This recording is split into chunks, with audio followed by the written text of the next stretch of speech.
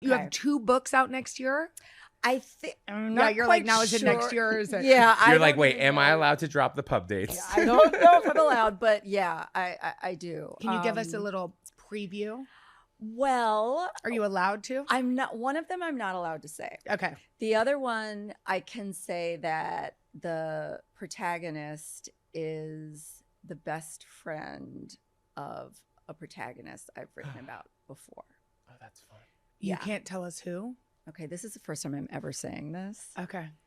We won't air it, but we will. So I wrote a novel called A Love Song for Ricky I Wilde. love that book. And thank you. And Ricky Wilde's best friend, Tuesday Rowe, Yes. the disgraced child actress, Yes. is getting her own book. Yeah. Yay. I Yeah. love that. Yeah, we love a disgraced child star. Also, Jenna podcast exclusive. Yes. Here Totally, we go. yes.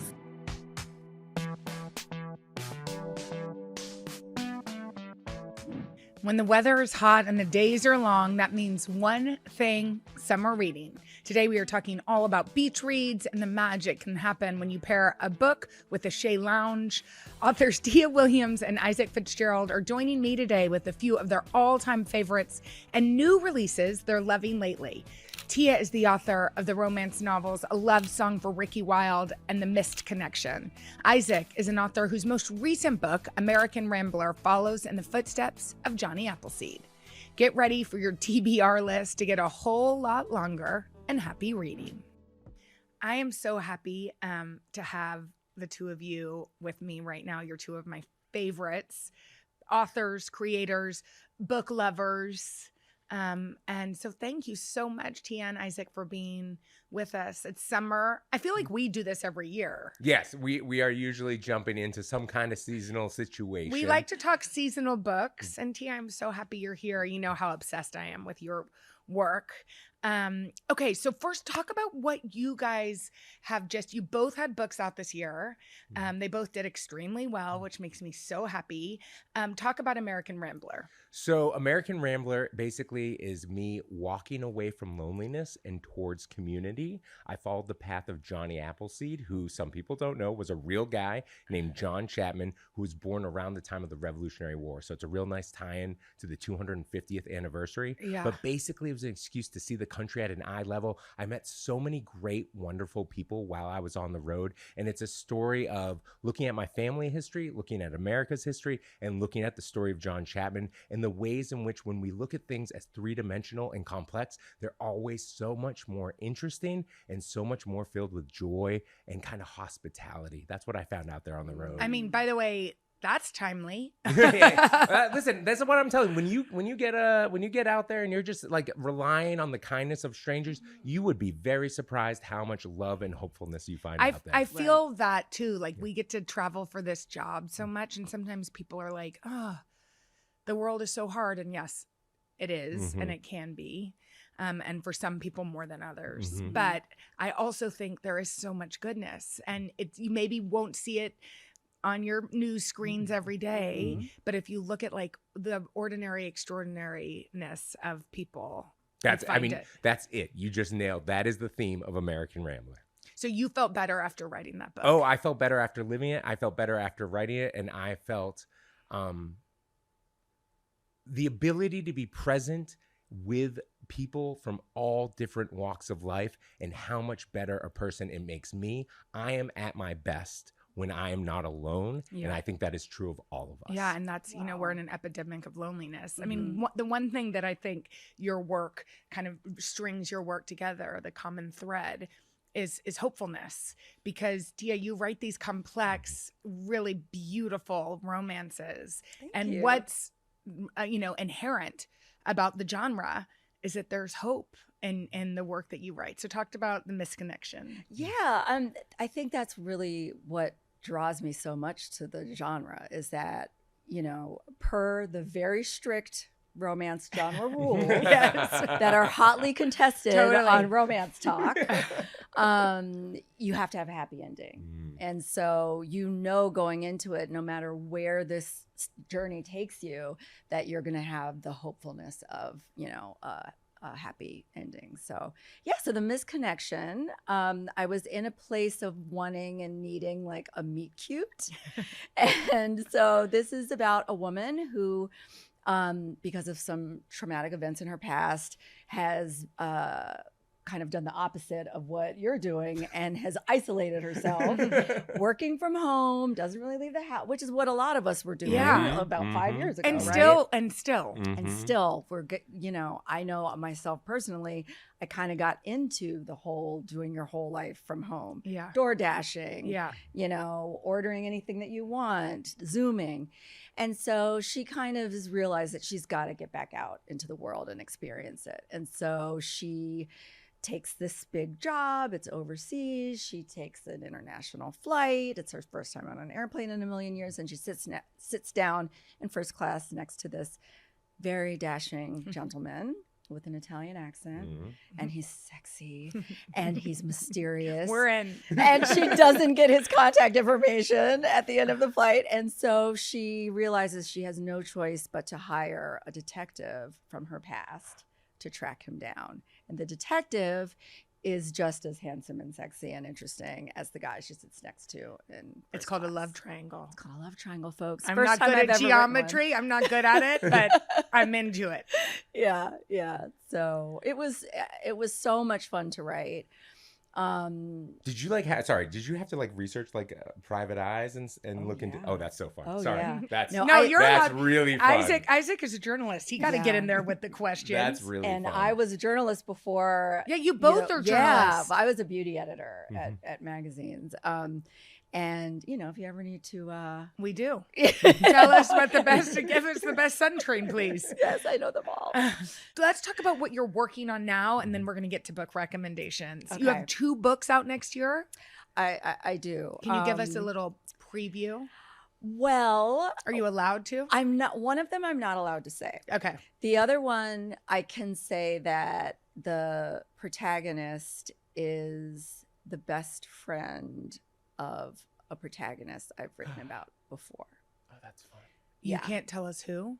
Okay, this is the first time I'm ever saying this. Okay. We won't air it, but we will. So I wrote a novel called A Love Song for Ricky Wilde. I love that book. And thank you. And Ricky Wilde's best friend, Tuesday Rowe, yes, the disgraced child actress, yes, is getting her own book.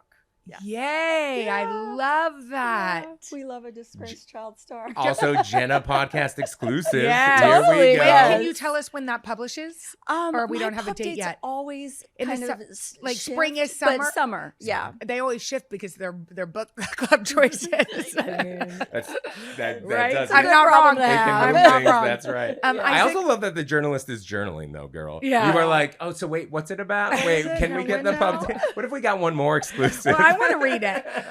So send it to me if it's ready. Of course. And then what about you, Mr. Isaac? So again, there's an idea, there's a percolation. I had a kid's book that was really, really fulfilling for me to write. It was called How to Be a Pirate. It was illustrated by Bridget Berger. I love it. You were on the show for that, I think. Yeah, it was like a tattoo book for kids. Trust me, it's better. Kids like it. That's a bad description of it, but kids really like it. So I'm playing around with the idea of a new kids book, but I also very much have the idea for my next memoir, which I do see as like kind of almost the 3rd book in a trilogy. Yeah. And all I can say about that is the last book was very much about walking.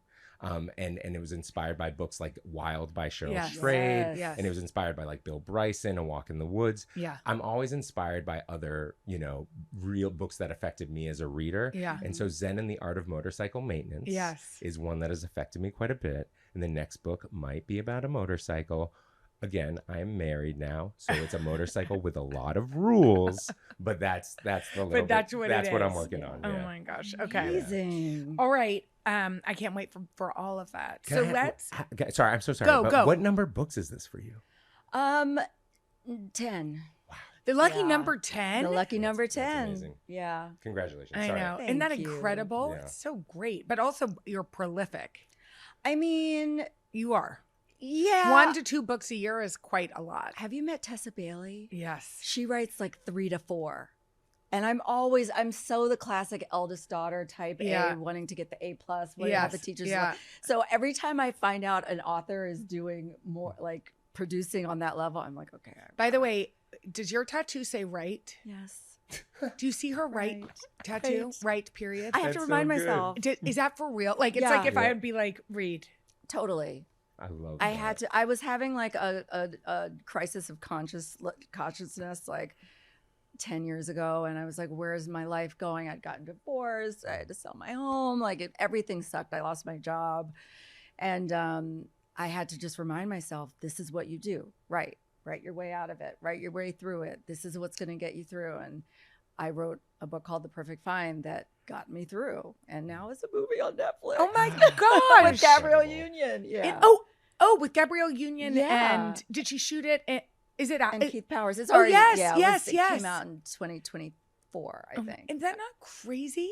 Yeah, it's crazy. I cannot believe it's That this wild. career has changed your life. It has completely. Yeah. It's amazing. Now, first of all, just to set the context, what is your definition of a beach read? Okay, I can do this very quickly, Yes. which is I think it's very wide, surprising nobody. I'm a big tent kind of person, but genuinely, I like them either very small Yes. or very big. Yes. That's I really like a book that you can either rip through on the beach. Yes. You're taking it for like one day. You're taking it for that short weekend trip. Yes. Or you're really going on a big, you're going somewhere 2 weeks. Yes. I want that big meaty book. But that, for me, a beach read is obviously it's entertaining, it's fun, but it's something you can move through either very quickly or you just kind of want to dive into. Basically think of a slim pool versus Yes. swimming in the ocean. Yes. Yeah. That's what I Something really you look want to for. live in for a long time Yep. or finish it in a weekend. I think that's so smart and actually great advice. I want to steal that for yeah. the future, but I will always Go. contribute it to you. Yeah. No, Don't you think that's Yeah. actually really No, that's smart? beautiful. Because Yeah. I realized, I was away last weekend and I have a pretty hefty, not big, but like medium to big. And I didn't get through it, of course. I'm Yeah. going to continue it now. But how nice would it have been if I had just devoured? Exactly. It always feels good to finish that book Yes. while you're on vacation. Yeah, so that it's kind of like all wrinkly and sandy. Oh, I love Yeah. that. You know? And like a little puffy from like Yes, all the water. the salt and yeah, sand. The salt, yeah. They need a little aloe, the books. What about you? Definition of a beach Yeah, read. a lot of the same. For me, it has to be propulsive. Yes. And in saying that, it doesn't have to be good. You know what I'm saying? When I say that, what I mean is that it doesn't have to be like the best writing, but it does have to swallow me whole. Yeah. You know? Yeah. It has to be transportive and escapist in such a way that I look up from the book and I have forgotten that I'm on the beach. Don't you love that I was feeling? somewhere else. and Or it's like, you oh, also are kind of like shh to your friends. Yeah. You're like, sorry, I'm gonna put my earpods in because I'm living here. Yeah, I'm here. And not with you. You Yeah, know? I love exactly. that. I always am like, a beach read is what you want to read on the beach. Mhm. Whatever it Amen. is for you. And I think, and I've said this before, but as I'm recommending books to my kids, my daughter's 13. I mean, first of all, she don't really want to hear from her mom, but people are like, well, do you care? I'm like, no, you're into romance. Not at all. You like to watch this? You read it all, Yeah. And it doesn't need to be the classics, which is, I think, what you're saying. It can be anything. Yeah. Okay. What is your beach read of 2026? That starts with high stakes, but what are some of your favorites, I guess? Do you want to go? Yeah, I can absolutely Okay. listen. I just think you have to give it up to the two books that have just really ruled this year. Yes. Which is Strangers Yes. by Belle Bergen. Yes. Yes. All right. And Yes. again, you want to talk about, I think it's 250 Yes. pages. And it's set Per- part of it in Martha's Vineyard. Yeah, so Mhm. Martha's Vineyard, you've got that kind of island, you've got that some beach, it's so engrossing. Yes. Because looking at other people's difficulties, listen, it's sometimes very, very compelling, but also looking at people overcoming hardship, very, very compelling. Right. But that book has just really taken over. And then you also have to give it up to Yesteryear. Yeah. Yesteryear is the book that everyone is I mean, talking about. she sold 1.5 million copies. It's I feel like I read it in 10 minutes. Yeah, It- me yeah, too. I read it exact- before I it was couldn't- edited, so I don't even Oh, know. did you? Okay. I know it's changed some, Yeah. but yeah, I read it so quickly. Yeah. Exactly. You want to talk about propulsive. That book is propulsive. And it gives you, I think this is such a big part. Strangers has this too. we are talking about how reading becomes more and more community, right? Whether it's online, TikToks, whether it's IRL, in book clubs and gathering, it gives you something to talk about. Yes. And both those books give you so much to chew on and to talk about. They're well written, they move quickly. And so those 2 books, you just have to give it up. Those are the 2 books, my 2 books of the summer. I think that's a good call. Tia? I'm with you. So, okay, we're doing 2. We'll do as many as you want. Okay. The world's your oyster. The world is my oyster. Okay. I love it here. We can just say, oh, sorry. This is good. So one of mine is Tiari Jones' Kin, which is also going to be of no surprise to anyone. So good. That beautiful book. Oh, it is a beautiful book. And it may be like an unconventional choice for a beach read because it's, I mean, some parts of it are pretty difficult and a little, triggering as a Black woman, but in America. But it was, so it's the story of 2 quote unquote cradle friends, which is a term I'd never heard before. It's like you've grown up. Besties from Besties, sisters. Yeah. Yeah. Womb to tomb. And they both are dealing, it's in the 50s and 60s in Louisiana, and they're both are dealing with the loss of their mother, one from a murder-suicide by her dad, and the other one sort of just disappeared. Yeah. And we're following them through their lives and as they're reckoning with the loss of their mothers. And I'm making it not sound as exciting. Yeah. It is. I could There's not. a lot of awesome friendship. There's a lot of awesome friendship stuff. Yeah.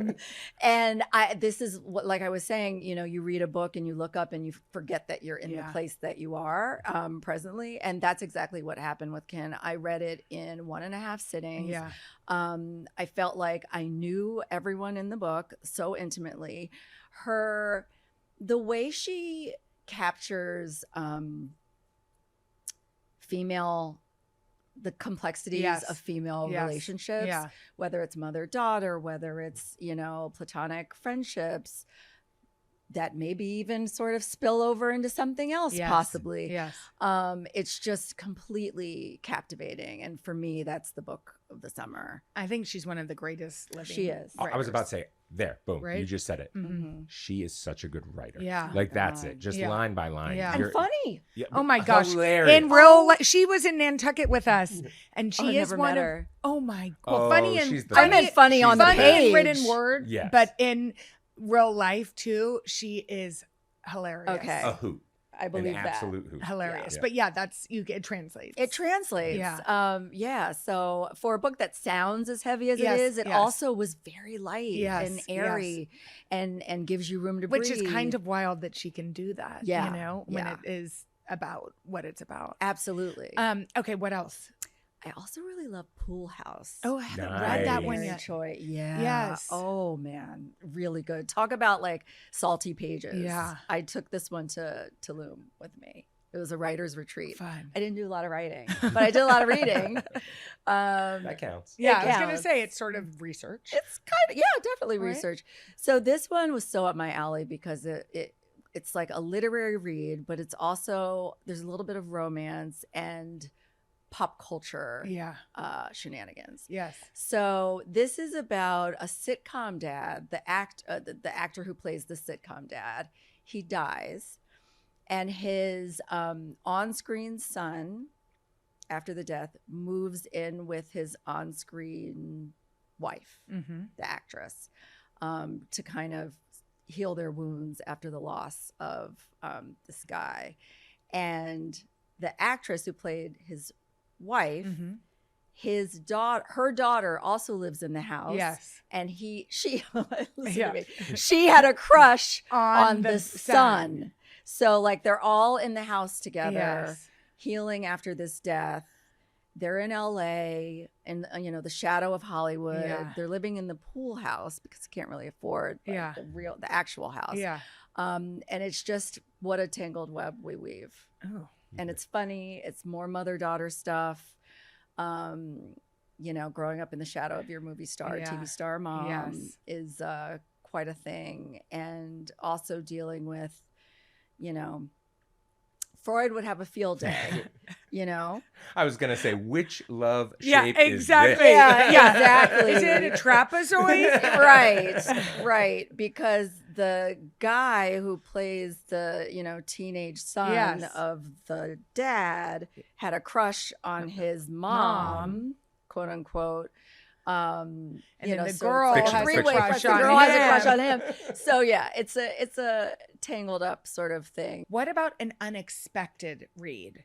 One that you thought wouldn't be great for a summer day, but ends up being the perfect one. It is called Die For Me by Shirlene Ubuobi. I hope I'm pronouncing it correctly. Shirlene is fabulous. She's a doctor, she's a cardiologist. And she's also has one of the most wickedly dark romance minds that we have out there. And the reason why I say it was surprising for summer is because the book feels like fall. Yeah. It's a paranormal, dark, gothic romance. Oh, I like that.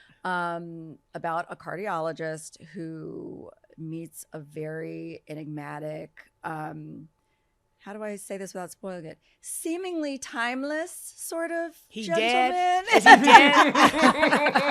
He did. That's funny. I'm not going to give it away. No, you're like, he could be or maybe not. Could be, or maybe not. Yes.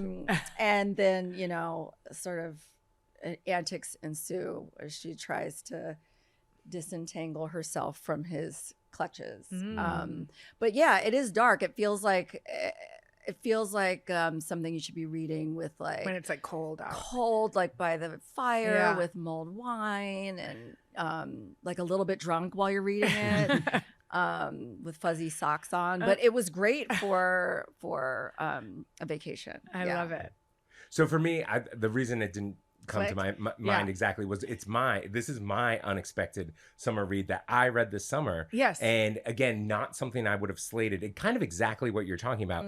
The Silver Linings Playbook. Oh, yeah. I had never read By it. Michael I'd Lew- seen is the it movie. Michael No, Lew- it's No. Matthew Quick. Matthew Quick. Yeah. Matthew Quick, who has a great memoir out right now called Dad, Love, Me. It's gosh. fantastic. Oh my gosh. Incredible review in the New York Times. It's really, really great. But I realized I hadn't read I'd seen the movie, but I'd never read the Silver Linings Playbook. Yeah. And again, kind of a fall vibe because there's a lot Yeah, of football, a lot of yeah. Philadelphia That's right. football. Yes, Yeah. yep. But again, what do I look for in those beach reads? They got to go quick. Yeah. And no pun intended with the last name. Yeah. But I'm telling you, I just ripped through this book. I was on the beach. I read it in like 2 days. It was fantastic. It talks about mental health. There's a love through line through it, but there's a lot about difficulties. And I just, again, it would not have been a beach read pick per se. Yes. But when I picked it up, and it was genuinely, this is one of my favorite kind of vacation picks. I saw it on a friend's bookshelf. Yeah. It was just, we were at their place. Yeah. We're by the beach. And I was just like, oh, I'd never read that. So I just pulled it off. You know, when you're like on vacation, you maybe somebody's left behind that paperback I love again with the doing that. crunchiness Me that you're too. talking Yes. about. So they'd finished down their vacation, they left it, and then it becomes your vacation read. Yeah. That's what this book was for me.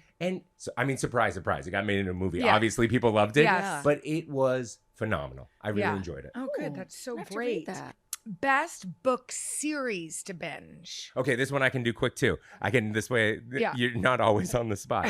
Listen, I'm just going to say it. One of the things, I'm on tour right now. I'm actually going back out. I'm going to do a bunch of book festivals. A lot of Amazing. American Rambler has just been me rambling around promoting this book. I like to joke sometimes that I'm like a vacuum clean salesman with like a vacuum. Aren't we all? Yeah, right. That barely works. But, Wearing LL Bean. Yeah.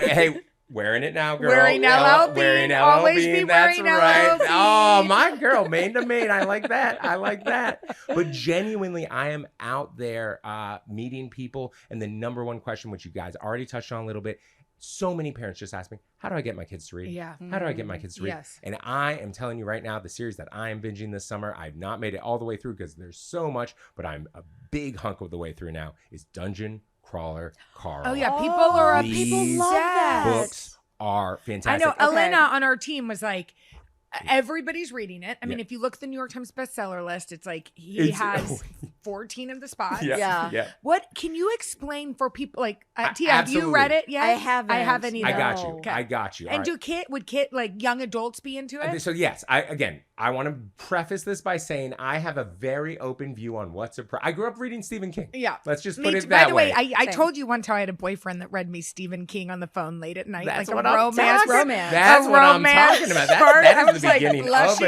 it. That is Yeah. wonderful. I love But so that. that's what I'm saying. I'm gonna say I believe technically people say the kids should be about 14. Yeah. I have a big tent of what kids can. I was Right. reading Jurassic Park when I was a kid. Anyways. Yes. I Long was story reading short. V.C. Andrews. I'm Oh, fine. I know. Exactly. Yeah, I know. Exactly. But so these books, it's by Matt Dinningham. Yeah. And the way I can describe it is literally the story behind the books is fascinating. Look it up. It's so long and complex. But basically, he started writing them online, and now And self-published, right? self-publishing, but now they are in print editions. They are put out. They're beautiful. The audiobooks are also wickedly fantastic. They are There's beautiful, so many of them. And it's called lit RPG is the genre that they're trying to name it as, which is somebody writing like life is a video game. So the premise is aliens have come to the planet and they've turned us into the biggest reality television show. There's only so many survivors, and they're basically doing a dungeon crawl a la Dungeons and Dragons almost, but there's a lot of futuristic aspects to it. This is why I will say it's more successful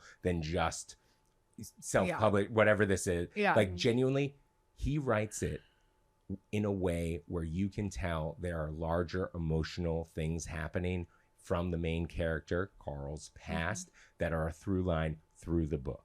So there is real emotional heft to these characters. You are really rooting for them. Yeah. You start to get really entangled in their relationships. Again, like there's romance, there's all sorts of there's friendship, there's all this stuff that gives it this weight. But what I will really say is the imagination on display is just It's wild. crazy. It's just bonkers. It's funny. And for kids, and I'm going to say especially young men, which are number one, people are saying, how do we get young men to read? Yes. Here is a book to just read, enjoy, have fun with, get propelled through the maniacal situations that this person is dreaming up. And it's so fun. Carl is in this situation with his ex-girlfriend's cat, who has become sentient. Her name is Princess Donut. Anyways, you had me at Princess Donut. it's just a lot of fun. And Matt Dinningham is like really riding this incredible cultural wave. And it's wonderful to see it happen. But you're It's so incredible. right too that series for both boys and girls, but I know that this is targeted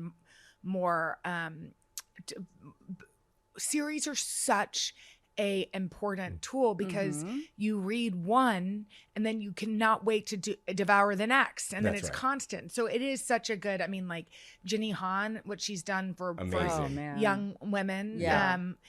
For it's like that's so propulsive, and you finish the one, and then you're on to the You next. have to keep going. That's how exactly it was right. with Choose Your Own Adventures. Yes, growing up. exactly. Oh Yeah. my God. Oh my God, I feel love like- Choose Your Own Oh, Adventures. I have And a there whole were wall of so them. many. There were There were many. so many, and that's what's beautiful about this too. You can just rip through it. And Jenna, I want to say, I do appreciate the slight pushback because I should say, young women are gonna love. Like, Yeah. he has a huge fandom. The fandom is giant. If you want to talk about things at But BookCon, you're right. and people of all ages show up. So I don't want to pigeonhole. No, it, but there's a lot of conversation, and there should be Yes. around how to help young men read. And the truth is, even men, I mean, we did a story with Amor Tolls because men read less fiction than women. And like when the National Endowment of the Arts was in service, that was one of the things they studied Yeah. because we know that by reading fiction, it's a direct accordance to empathy. 100%. So it's really important that everybody's reading fiction as well as nonfiction, and boys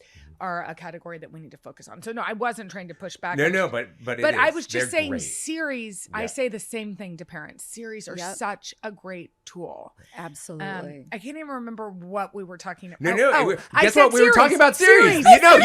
You landed it perfectly. Nailed it. Okay, what do you have for us? Can I be an absolute dork? My favorite series is the Game of Thrones series. No, Girl, that's great. And talk here's your- the thing. Talk your shit.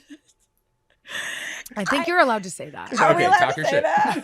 that? And what's funny is that, me, a 50-year-old woman, you know, my 13-year-old nephew, Yeah. like we're just, you know, and I can pick up any of them, any chapter, and just get lost Yes. in this other world. You know, what is the food they're eating in Dorne? Oh Let's my God. see. Yes. You know, like let's have George R.R. Martin describe this for 14 pages. Yeah, exactly. It's just, Exactly. you know, it feels like sinking into, you know, the most luxurious mud bath, you know, and you just don't want to get up. It's the characters are so richly drawn. The backstories are so real. You feel like you lived them, but they never even took place on the page. It's just backstory, which is something that I have tried in so many books to sort of replicate how you can make something feel real that doesn't happen, like things that the characters are remembering. Yes. That level of world building. Oh my God, that just absolute immersive, you know.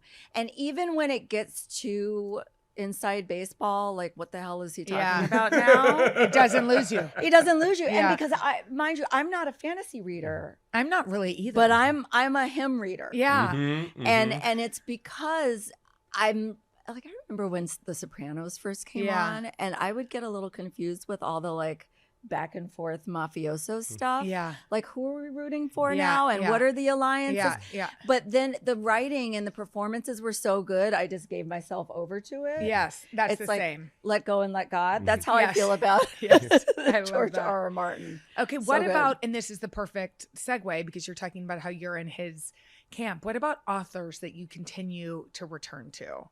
Some authors that people should be on the lookout for. Listen, I'm not telling anybody anything they don't know, but Colson Whitehead. I know. Oh, my Colson God. Whitehead. And again, you want to talk about summer beach reads, like go over it. Sag Harbor, some of Yes. his earlier stuff. Like this is a man, like he's got the backlog. It's incredible. You can dive in. He's also one of the greatest living, don't you think? Oh, absolutely. 100%. His writing is just so incredible. And no two books are alike. No, I It know. feels Exactly. like the genre Is blending. totally, And, yeah.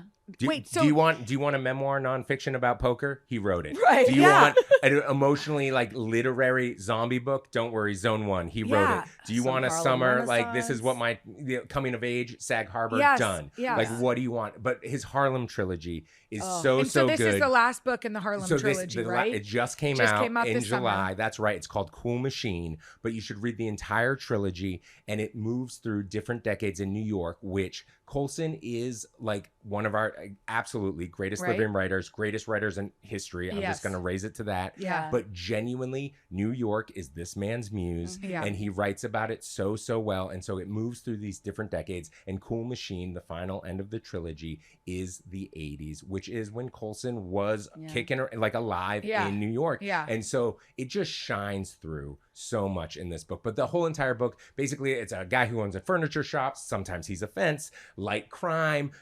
It's usually broken up into kind of 3 different stories. Yes. And just they're so moved. Like, I just love him. He's the best. I would argue any Colson Whitehead could write a restaurant menu, and I'm first in line Totally. to buy it. I'm reading it. Totally. It's That's true. such a good point.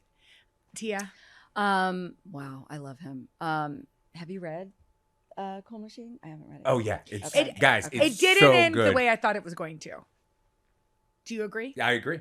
I mean, good. this is he twists. He the ways in which he plays with things. Yeah. I mean, listen, the main character in the 3rd book Yeah. has won like greatest regional furniture. I can't remember Yeah. the name of Right, the actual right, award. yeah, And like, hilarious. so you Yeah. when you know what you know about Colson, like it's, but that's the thing. It's kind of even it can be hard to just read a Colson book without knowing this whole like backstory behind. Yes. But like just on the page, it's so good. But yeah, it's he does twisty turny. He Like does. he's playing with the genre of crime Yeah. and what it is to be a literary crime novel. Yeah. It's so good. The question. Oh, who author? An author that you return to, an Oh, author yes, that you yes, would yes. recommend. I mean, I have to give it up to my girl Kennedy Ryan. Oh my gosh. And she's been her- on this podcast. I love her. She's the best. Her Skyland series is just remarkable. Yeah. She and the series is about it's 3 books so far. I don't know if she's going to do more, but it's 30 somethings living and loving in Atlanta. And I just love the emotional depths that she goes to. You know, She always has complexities like what you do in your work too. It's similar, yeah. Yeah. And when people want to write off romance and make it seem like fluff and I think those days are over. I mean, it still happens, Does it? unfortunately. Yeah. Because I just feel like the readership is so passionate It's massive. that like that those days to me, and like that's the other thing with the connotation of beach read is that it used to be sort of looked down upon. And I think romance has that similar connotation where it's like, oh, you're just going to read that at the beach. It's like, hey, if somebody's picking up work, who cares what, you know? Exactly.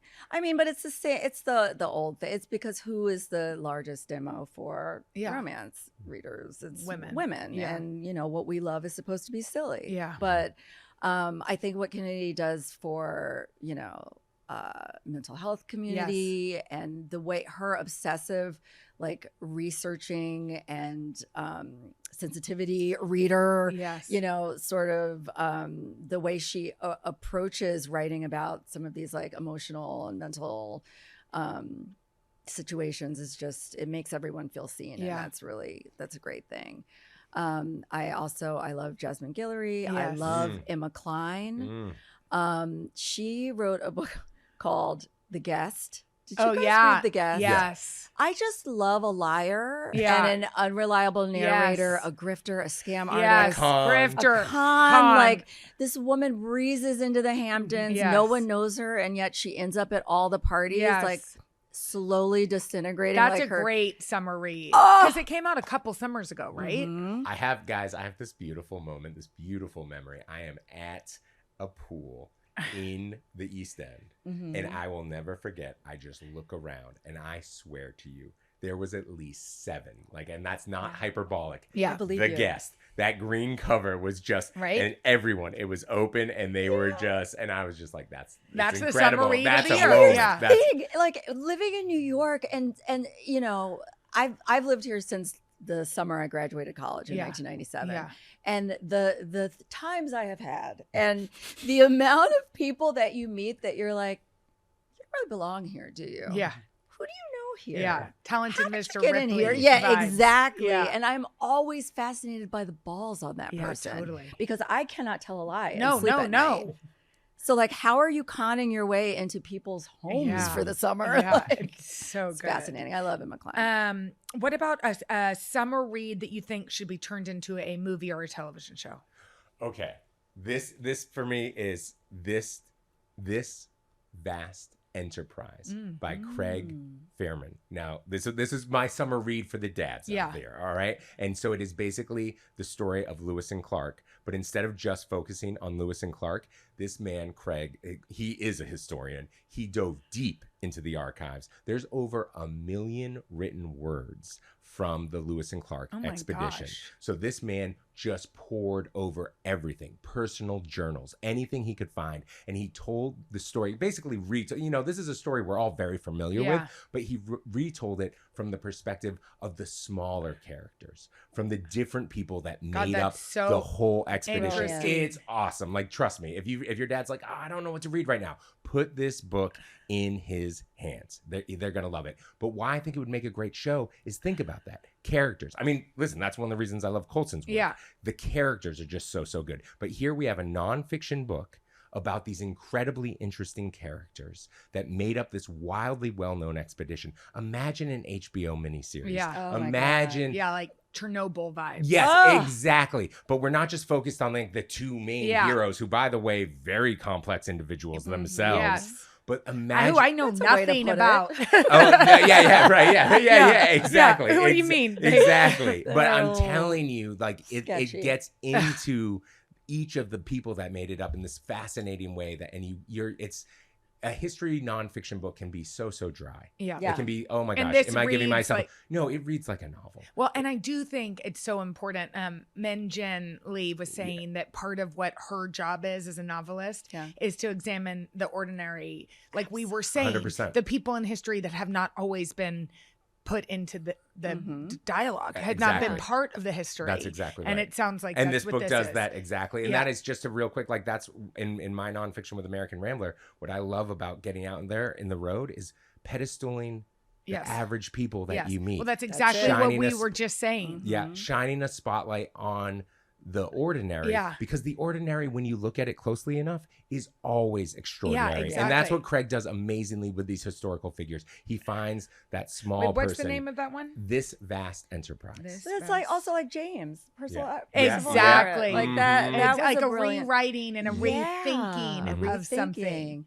And oh my God, I used to be obsessed with Boogie Nights when it came out. That movie. Oh my gosh. Absolutely. And like I was all, having a fashion background Yeah. or whatever. I was so obsessed with like the period clothing. Yeah. And I will never forget reading an article that was saying that the costume designer for the movie looked at a lot of old Polaroids from the 70s, but she didn't focus on the person in the front. It was like looking at the people. Yes. Yes. What were they wearing? Yes. That's so like good. that's what a regular person was wearing. wearing. And they should be part of the record. Yeah.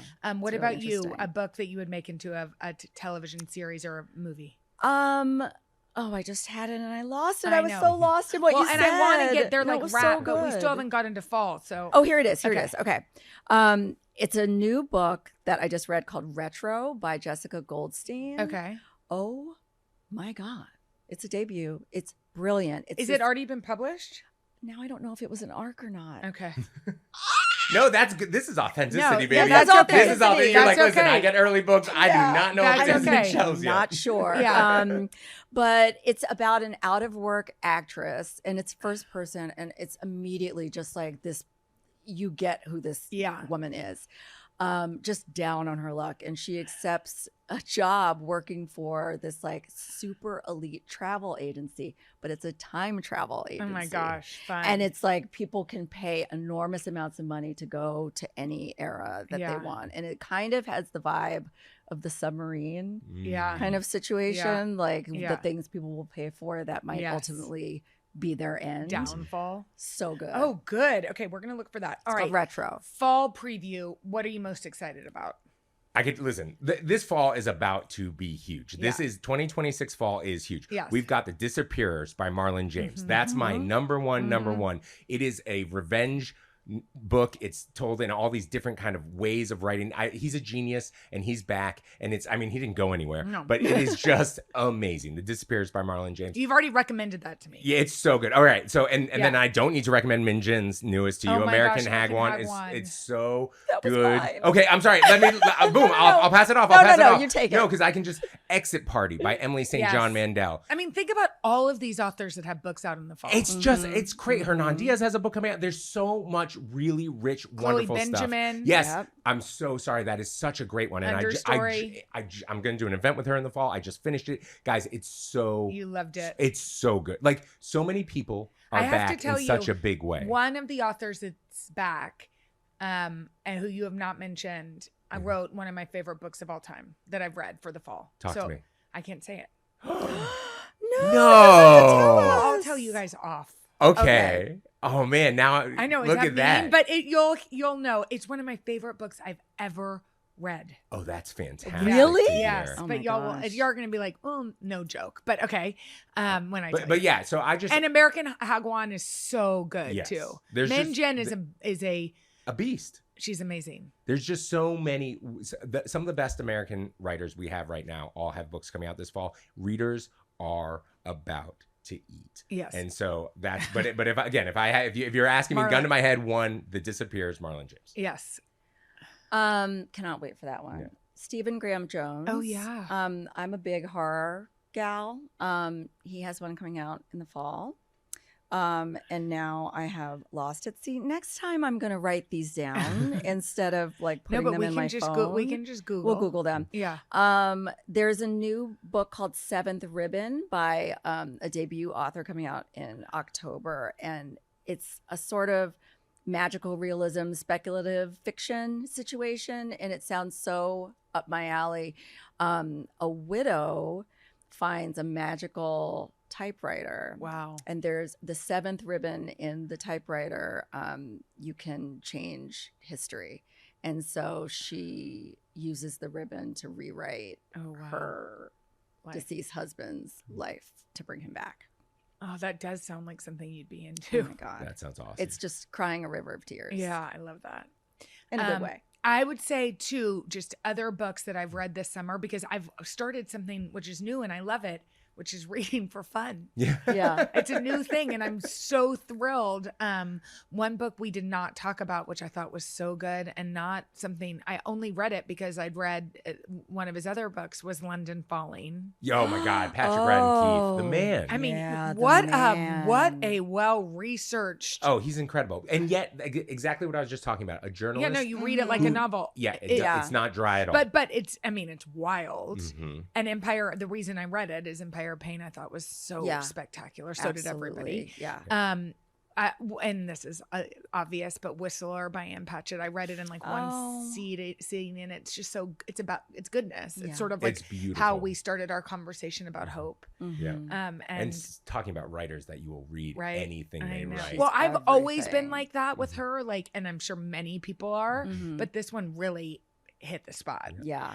I know. Can I one more? Yes. I forgot. Yes. Is this a pass? Is this a beach read? It's it's Galen by Walter Mosley. Oh, his yes. latest. It is so amazing. He's obviously like one of our best crime Yes. fiction writers, and this is kind of like a step out of what he usually Why? does. What? Tell a little why. So the actual title is Galen: A Love Story. And it isn't a romance by any means, but the main character, Galen, he starts off explaining who this guy is by talking about how his parents met and fell in love and what their sort of trajectory Yeah. is. And it's just absolutely beautiful and stunning and masterful and But a is little it complicated. Is it a crime? Is it a? It isn't. It's more like it's slice of lifey. It isn't a crime thriller at all. It isn't detective. Yeah. It's a definite departure. It just feels like literary fiction slice of life Yeah. about this guy Galen. Yeah. And it sort of takes on our prison system. It takes on sort of autism awareness and rights and it's sort of like you were saying earlier about men need to read more fiction and in order to be a little bit more empathetic. Yeah. And that's what this book makes you become as you're reading it. You're stepping into people's shoes that may be from walks of life very different than yours, Yes. may have different challenges than you do, but you see the humanity in everyone in this book. And I put it down and I stared at the wall for 45 minutes. Oh my gosh. Okay, I'm picking it up. That's a good rec. It's I'm gorgeous. gonna pick it up and then stare at the wall. Yeah. You guys, I could do this with both of you. Like, can we do it again in the Yes. spring? Yes. Can we have do to. it again? And I cannot wait for your next work. And please, and I'll say this in the outro, but please support writers like Isaac and Tia and go to your local indie bookstores. But thank you so Thank you much, for having y'all. us. You're the best. Thanks so much for joining me on Open Book with Jenna. If you enjoyed our conversation, be sure to like, subscribe, and share this episode. And drop us a comment. We'd love to hear your thoughts. I'll see you next time.